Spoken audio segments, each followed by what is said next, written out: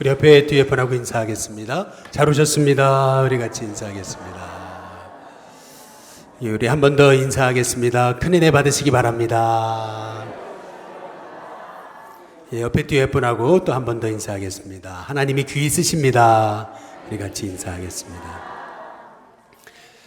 예, 서점가에 가면은요, 베스트셀러들이 있거든요. 근데 요즘에 이렇게 교보문고나 이런 데 가보면은 계속 반복된 주제가 이제 꼭 베스트셀러에 오릅니다. 예, 그게 반복된 주제가 뭐냐면 이게 습관이에요.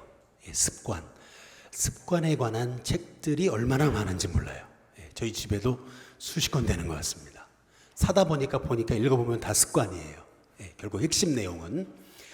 그런데 최근에 이 제임스 클리어라는 분이 쓴 아주 작은 습관의 힘이다 라는 베스트셀러가 있어요. 그런데 이 책에 보니까 습관에 관한 그 기존 관념을 조금 깨트리는 참 중요한 얘기를 하고 있더라고요. 이제 그게 뭐냐면은 우리는 보통 이러죠. 공부 못하는 학생이 이제 공부하는 습관을 들이려면은 뭐 아침 몇 시에 일어나가지고 뭐 공부 잠깐 하고 밥 먹고 산책하고 또 뭐 공부 조금 하고 뭐 이런 어떤 습관 그러면은 한번 따라해 보시죠. 행동. 예, 습관 그러면 꼭 행동을 바꾸는데 우리는 초점을 맞춘다는 거예요. 예, 습관은 행동이니까. 그러나 이 제임스 클리어가 얘기하는 것은 습관, 행동을 바꾸기 전에 가장 먼저 바꿔야 되는 것은 자기를 보는 정체성이 바뀌어야 된다는 겁니다. 그게 무슨 말이냐면 이런 거예요. 어떤 분이 나는 절대 술 없이는 못 살아 라고 생각하는 사람이 2잔 먹던 술을 1잔으로 줄인다 해서 술을 끊을 수 있는 게 아니라는 거예요. 그러니까 이 사람이 술을 끊으려면은 정체성이 바뀌어야 된다는 거예요. 나는 술 없이도 행복한 사람이다.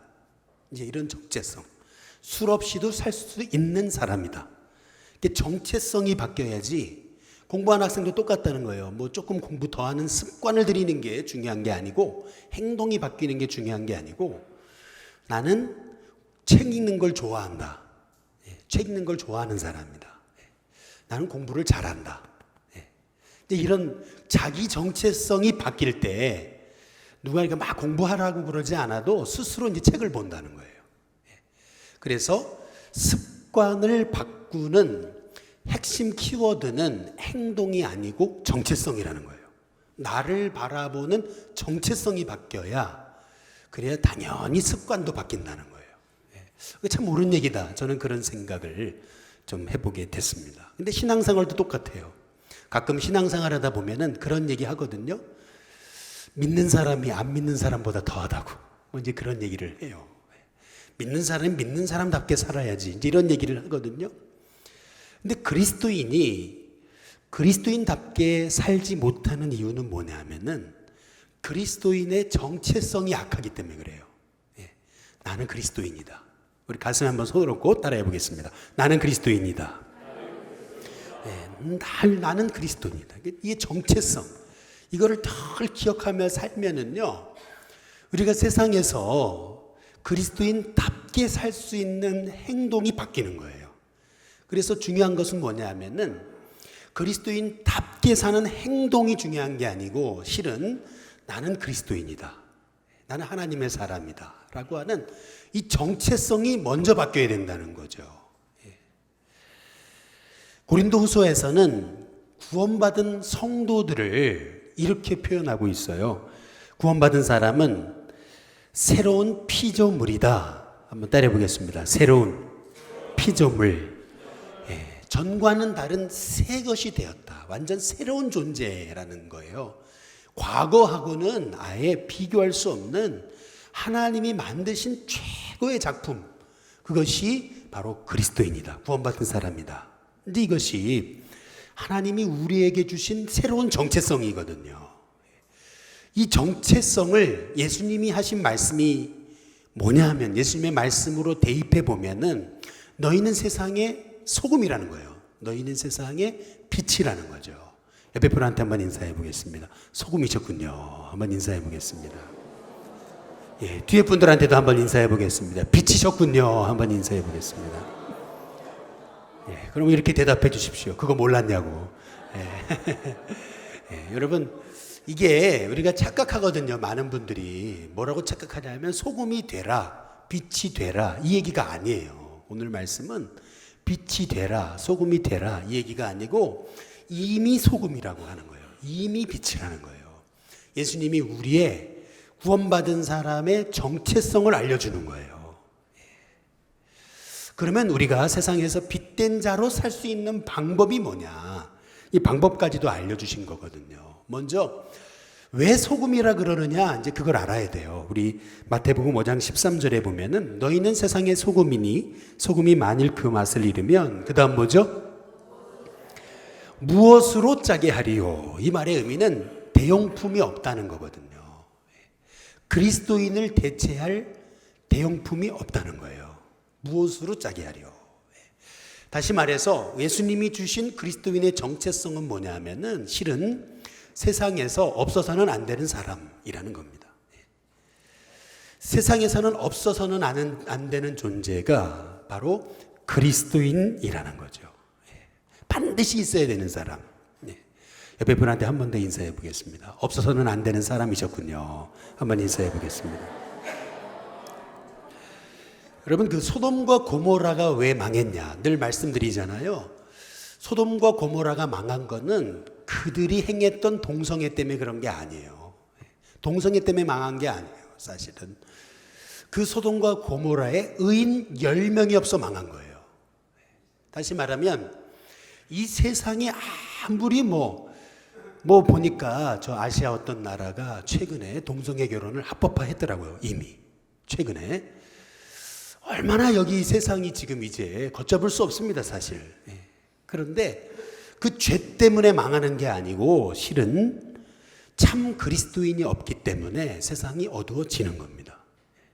그래서 우리가 그리스도인으로서의 정체성을 갖고 살아간다면은 저는 확신합니다. 세상은 반드시 살만한 곳으로 저는 바뀌게 될 줄로 믿습니다. 그래서 그리스도인이 세상의 빛으로 사는 방법에 대해서 예수님 정확하게 알려주셨거든요. 마태복음 5장 16절에 보시면은 같이 한번 읽어보시죠. 같이 있습니다. 시작. 이같이 너희 빛이 사람 앞에 어떻게 해요? 비치게 해야 된다. 그럼 빛이 뭐예요? 그게 나와 있죠. 그들로 너희, 그 다음 뭐예요? 착한 행실이 빛이에요. 착한 행실로 하여금 착한 행실을 보고 하늘에 계신 너희 아버지께 그 다음 어떻게 돼요? 영광을 돌리게 된다는 거죠. 그러니까 오늘 말씀 우리 마태복음 5장에 여기 13절부터 16절까지 예수님이 하신 이 말씀을 토대로 그리스도인의 정체성을 한마디로 정리하면 이거예요. 뭐냐면 그리스도인은 이 세상에서 없어서는 안 되는 사람이고 동시에 이 땅에서 선한 일로 예수님의 빛을 드러내는 사람이다. 이것이 그리스도인의 정체성이에요. 그리스도인은 이 땅에 어떤 사람이라고요? 없어서는 안 되는 사람이고, 그럼 없어서는 안 되는 사람이 되는 방법, 그건 뭐냐면 이 땅에서 선한 일로 예수님의 빛을 드러낼 때 바로 이 땅에서 반드시 있어야 되는 그러한 소금과 빛으로서 우리가 사명을 감당할 수 있게 된다는 겁니다. 그래서 한번 가슴에 손을 얹고 따라해 보겠습니다. 나는 소금이다. 나는 빛이다.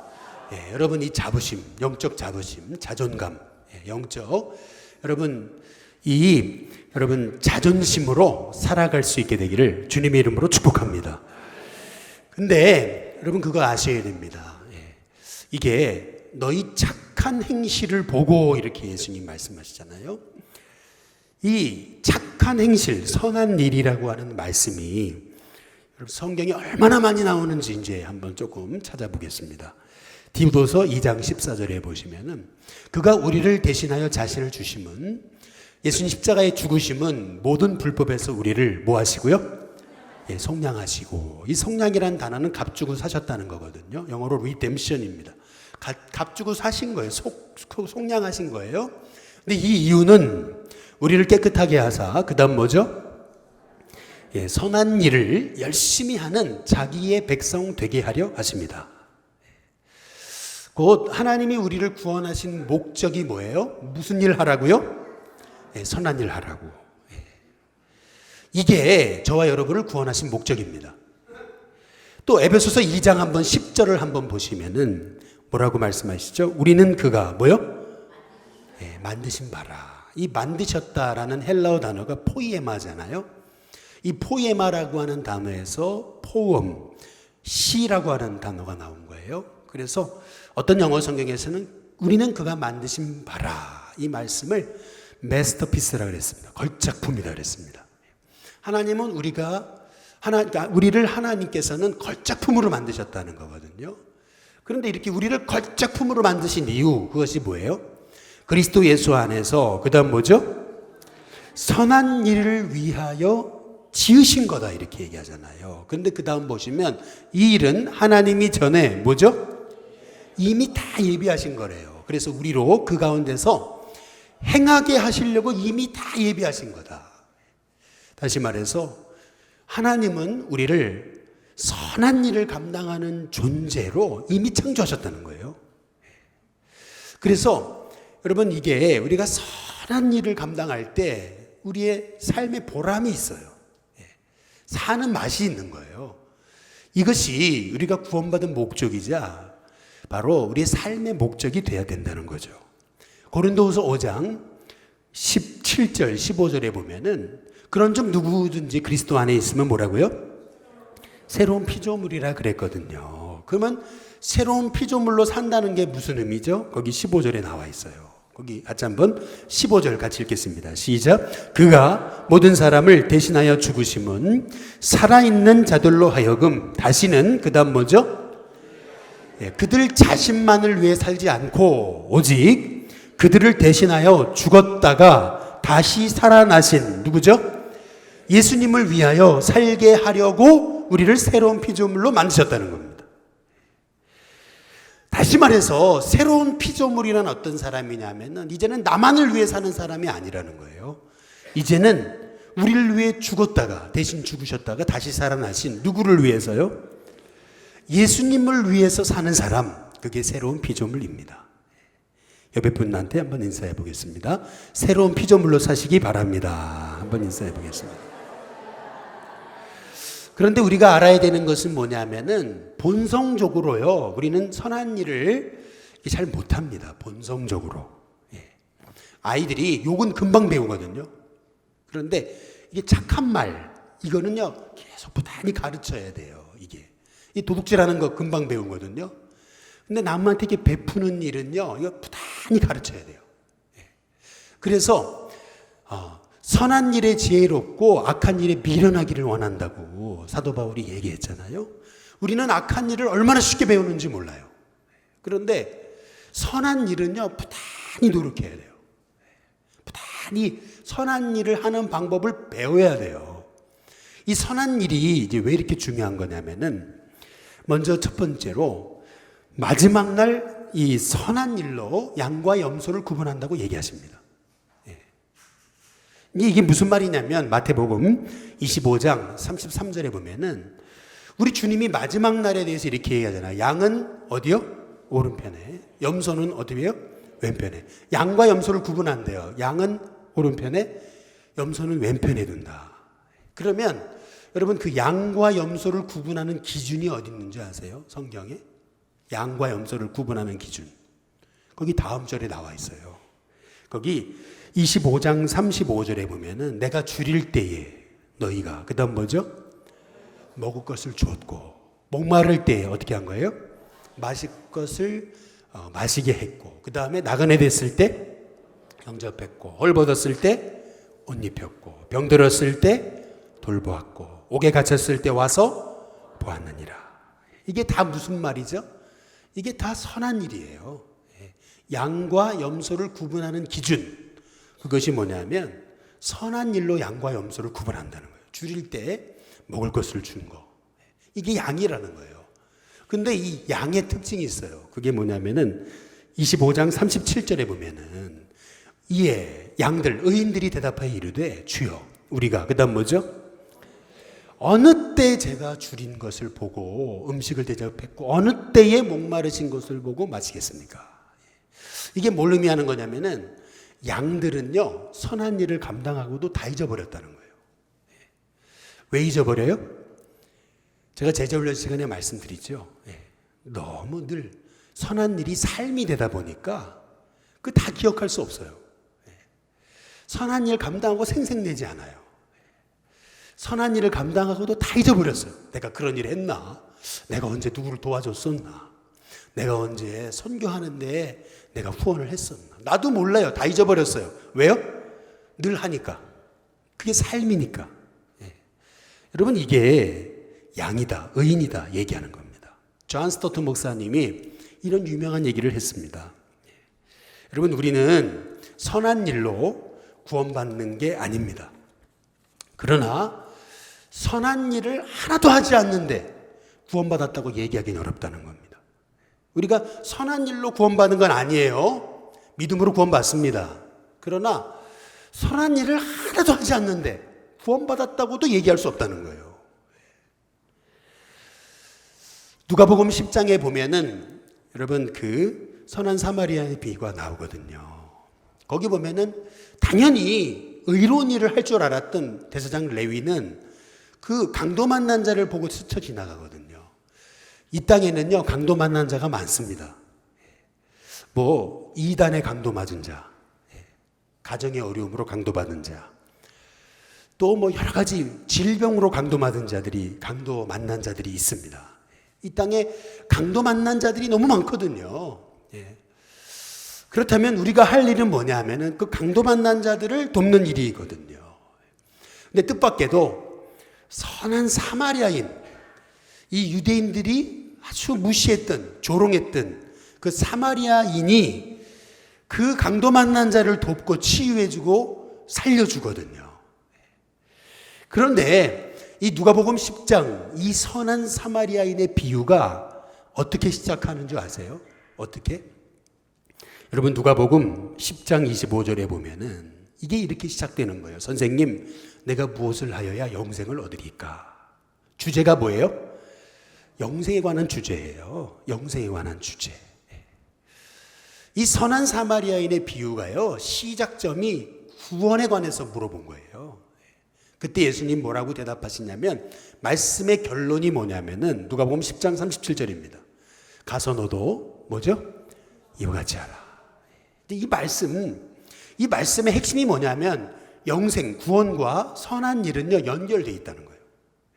우리가 정말 구원받은 사람이라면, 구원의 감격이 있는 사람이라면은 당연히 강도 만난 자를 보고 마음이 동해서 그들을 섬기고 살리는데, 선한 일을 감당하는데 힘쓰게 된다는 거예요. 구원받았으면서도 선한 일에 관심이 없다. 이거 생각해 봐야 되는 거예요. 구원받았으면은 당연히 강도 만난 죽어가는 영혼들에 대해서 관심을 갖게 된다는 거죠. 지난번에 우리 늘푸른학교 종강 예배를 드리는데 실은 제가 참 울컥했습니다.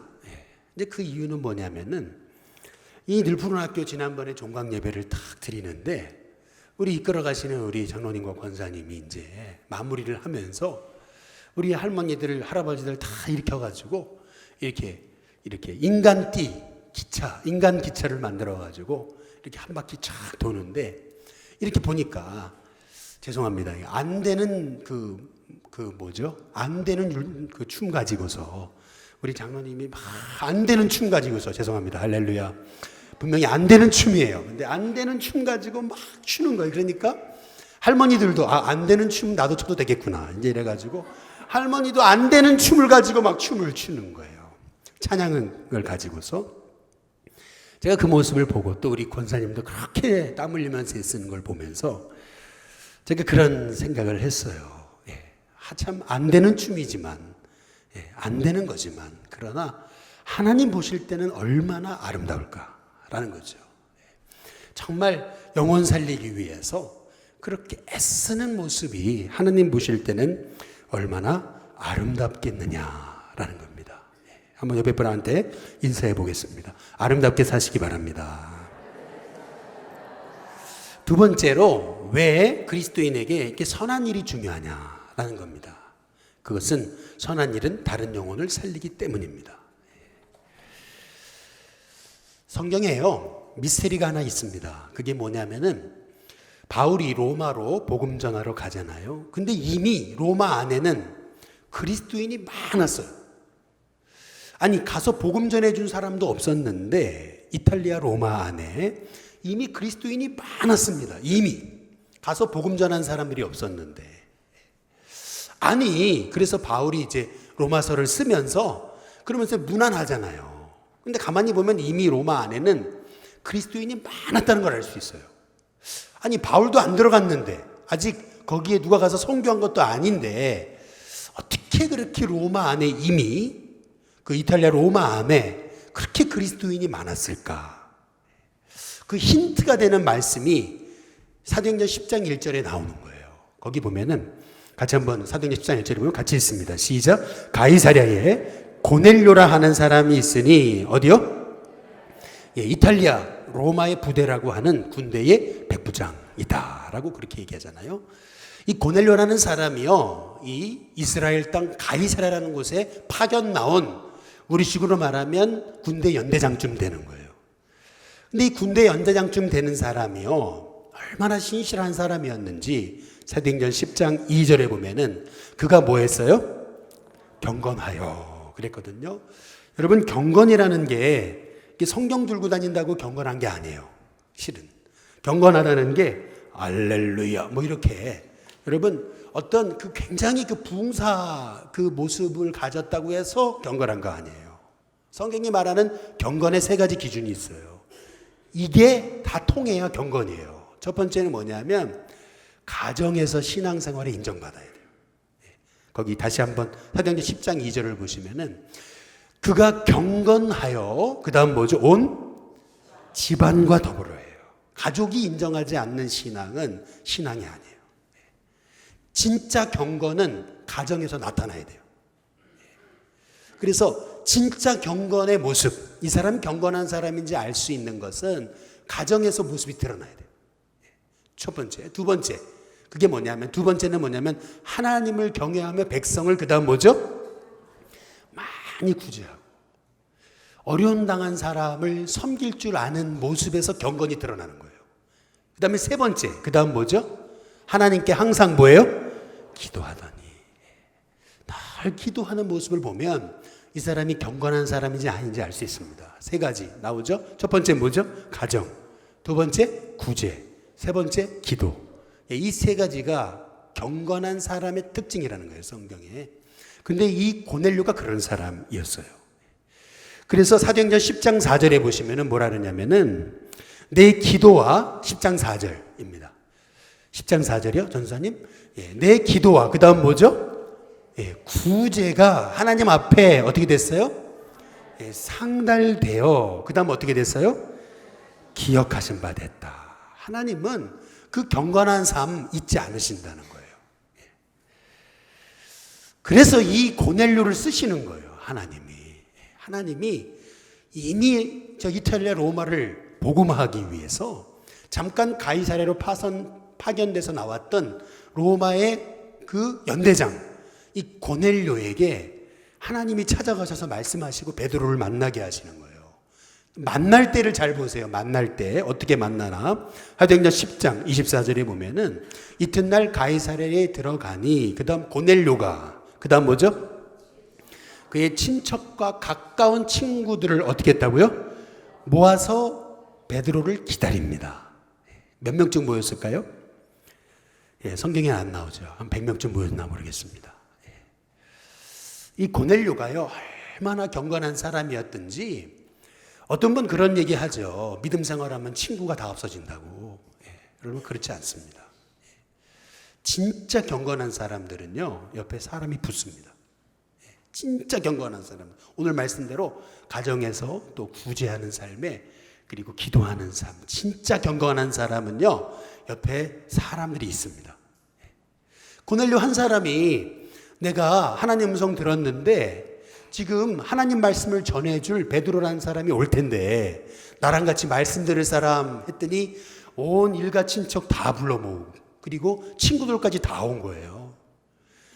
베드로는요 그냥 가가지고 불러 모아진 사람들 앞에서 그냥 말씀 전한 거예요. 그랬더니 그 사람들이 다 어떤 사람들이에요? 이게 이탈리아 로마 사람들인 거예요. 로마 시민권자들인 거예요.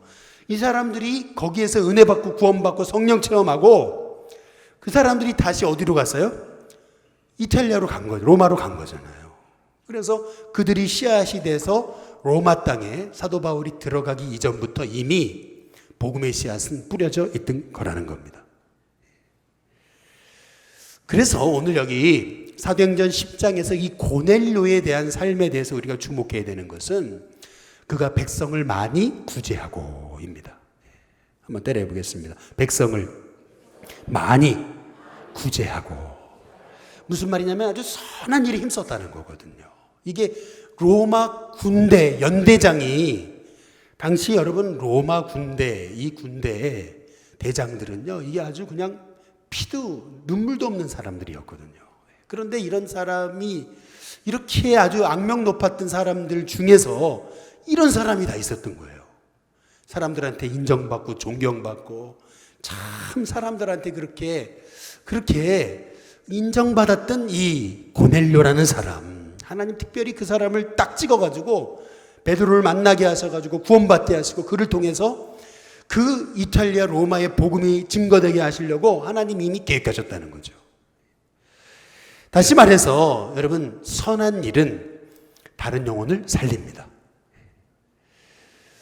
그리스도인이 선한 일을 감당해야 되는 이유, 그것은 그 선한 일을 통해서 다른 영혼을 살릴 수 있어요. 한번 옆에 분한테 인사해 보겠습니다. 선한 일로 영혼 살립시다. 한번 인사해 보겠습니다. 여러분 아마 잘 아실 텐데 물론 뭐 여러 이렇게 개인적인 판단이 좀 다르실 수 있겠지만은 그 이국종 교수라고 여러분 잘 아시죠? 근데 이분 얘기를 들어보니까 이제 그거예요. 뭐냐면 이분의 아버지가 그 6.25 전쟁에서 눈과 이 팔다리에 부상을 입어가지고 이 장애 2급 국가유공자였대죠. 그런데 이 자식한테는 그게 반갑지 않은 얘기죠.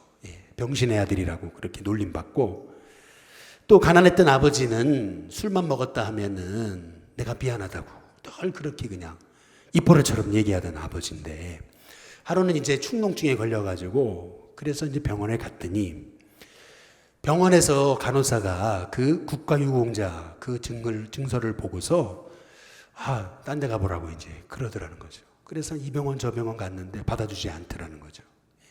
옛날에는 우리나라가 이렇게 장애인에 대해서 이렇게 조금 왜곡된 시각을 좀 가졌었습니다. 근데 이제 한 병원에 갔는데 인생을 바꾸는 만남이 있었다죠. 그게 뭐냐면 이 국가유공자라고 하는 그 표시를 보고 한 의사 선생님이 그러더라는 거죠. 야, 너는 참 니네 아버지가 자랑스럽겠다. 참 니네 아버지가 자랑스럽다. 이제 그러면서 말이죠. 너는 니네 아버지처럼 훌륭한 사람이 돼가지고 어려운 사람을 돕는 사람이 되라. 열심히 공부해서 훌륭한 사람이 되라. 여지껏 그렇게 얘기해 주는 사람이 없었는데 그 얘기 듣고서 나는 나중에 의사가 돼가지고 가난한 사람 돕는 사람 되겠다. 이제 그래서 공부를 열심히 했다잖아요. 그래서 그분의 그 인생의 모토가 있대잖아요. 환자는 돈 낸 만큼이 아니라 아픈 만큼 치료받아야 된다. 이제 그런 얘기가 있잖아요. 여러분 선한 말 한마디가 사람을 바꾼 거거든요. 선한 말 한마디가. 저는 우리 일심교회에 성도님들이 새가족들이 오시잖아요. 그러면은 여러분들이 아주 여러분이 최고 할 수 있는 선한 말을 가지고 축복해 주세요. 한번 옆에 분한테 인사해 보시죠. 잘 오셨습니다. 한 번 더 너무 잘 오셨습니다. 한 번 더 정말 잘하신 겁니다. 여러분 이게 왜 이렇게 중요한 거냐면은 아니 얼굴도 모르는 분들이 와가지고 그렇게 아는 척을 해주는 거예요. 잘 오셨다고 너무 잘 오셨다고 막 이렇게 해주는 거예요. 그러면요 이게요 여러분은 한 번인데 새가족은 10번이고 100번이고 200번이 되는 거예요.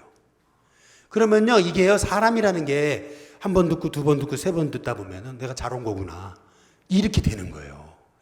이게 그래서 그렇게 중요한 거예요. 그리고요 또 여러분 이제 교인들이 좀 늘어나면서 빈자리가 많아. 이제 빈자리가 없어지거든요. 근데 그러다 보니까 늦게 오시는 분들이 앉을 자리가 없어요. 사실 늦게 오는 분들은 다 새가족이에요. 그러니까 우리 기존 교인들이 어떻게 해야 되죠, 이제는? 이제는 앞자리 좀 오셔야 돼요. 앞자리 뒤에 하지 마시기 바랍니다. 제가 앉아봐 먹습니다. 앞자리 좀 오시고, 그리고 사이드로 앉지 마시고 어떻게 해야 돼요? 가운데로 앉아야 돼요. 물론 이쪽에는 사이드 앉아도 되는데 저쪽에도 사이드 앉아도 되는데 여러분 가급적 가운데로 앉아주시는 거예요. 여러분 이런 작은 일이 참 이게 하나님 보실 때 아름다운 일입니다. 그랬을 때 말이지, 그런 얘기를 들었어요. 새 가족이 늦게 왔는데 예배당을 안 들어가더래요. 그래서 왜 안 들어가시냐 그랬더니 자리가 없었어요. 그래서 안 들어오더래요. 아니 있다고 해가지고 데리고 들어왔는데 뒷자리가 없잖아요.